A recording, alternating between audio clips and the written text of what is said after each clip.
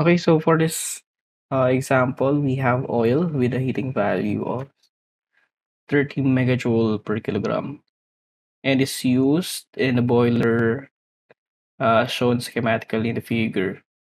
If 85% of the energy is transferred to the working fluid, it is pertaining to the heating value of the oil.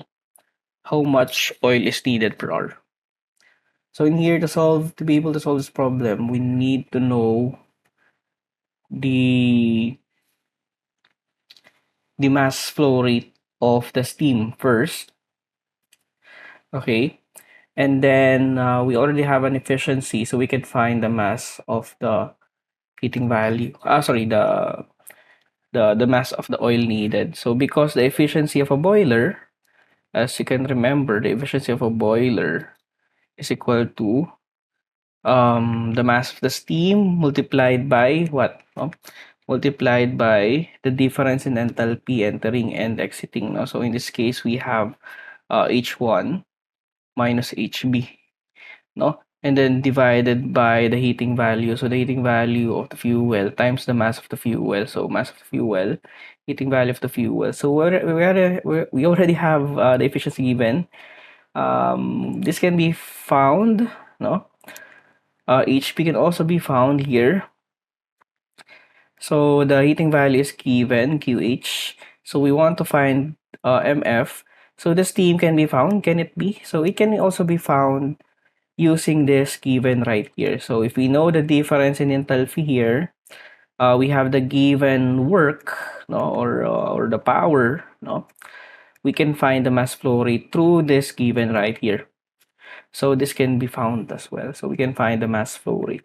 So to be able to do this, I've already done the or I already have the notes on how to find the the properties needed in order to find the mass flow rate of steam, in order to find the mass flow rate of fuel.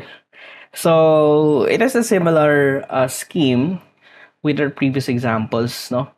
So in here we don't have an efficiency in the turbine, no? And we're assuming that the turbine is what do you call this? Isentropic, no? So ideal, we have an ideal Rankine cycle.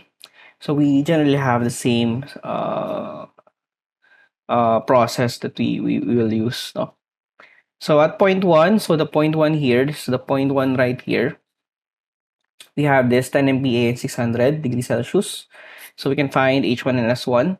So for point two, in order to find point two, we're assuming isentropic, no, process. So we need SF and SFG to find the quality. And then after finding the quality, we can use HF and HFG at this point two, no? So doing just that, we can find the quality in here. No? So 6.9029 is equal to this. And then SF plus SFG. No? And then finding for H2, we can solve for H2. This is the H2. No? Okay, so we're good with this. We can actually find the mass flow rate using H1 and H2. No? Using this one. So for HB, so we need also H1 and HB, right? For this formula. No? So in finding H3 first, so for H3, we just have to use HF2. No? So whatever is HF2 is also H3. No? Just remember that one for ideal Rankine cycle.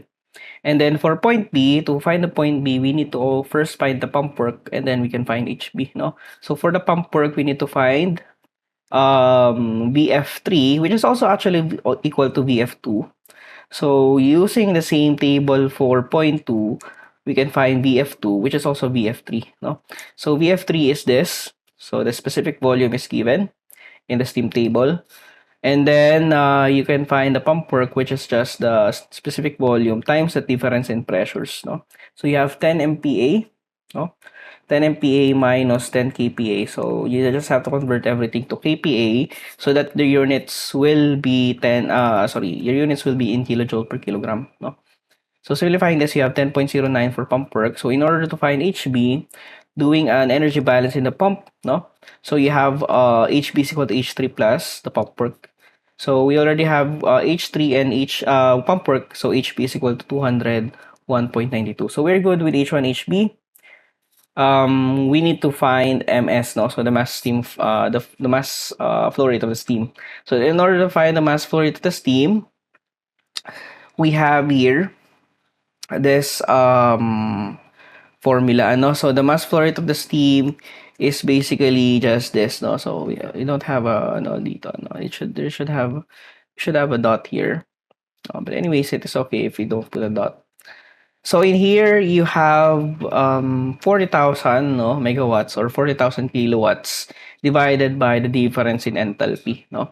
So the reason for that is because the units of this will be in kilojoules per second, no, upon doing unit analysis, and this will be kilojoule per kilogram.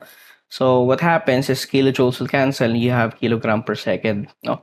So you have already the mass flow rate of the steam. You can already now find the mass flow rate. The mass flow rate of the oil, no? The fuel oil or the oil as fuel. Okay, so we have this formula that we've discussed earlier. So we can just cross multiply the efficiency and the mass flow rate, no, of the fuel. So the mass flow rate of the fuel can be figured out as this. But always be careful, no? Be careful with the units. So make sure that you have the right units. So analyzing this, so the mass flow rate of the steam is in kilogram per second. So in here you have kilojoule per kilogram for the difference in enthalpy. And then you have the efficiency, which is unitless. And then you have 30 megajoules. So this is in megajoule. We just have to convert this in kilojoule, no? Kilojoule per kilogram. So you have to multiply this by 1,000 in order to be in kilojoule per kilogram, no? So that the unit will be oh, why did it? Oh, the units doesn't match. Huh? Kilojoule per second, kilojoule per kilogram. So this is in kilogram. No? Okay, sorry, my bad. So kilogram per second. So this will cancel out. So you have kilogram per second as a unit. So therefore, the answer is 3.73 kilogram per second. But if it is in per hour, no, so you have to multiply this by. So the multiplier here is 3,600, no. So because 1 hour is 3,600 seconds. Okay, so that's it. Thank you, guys.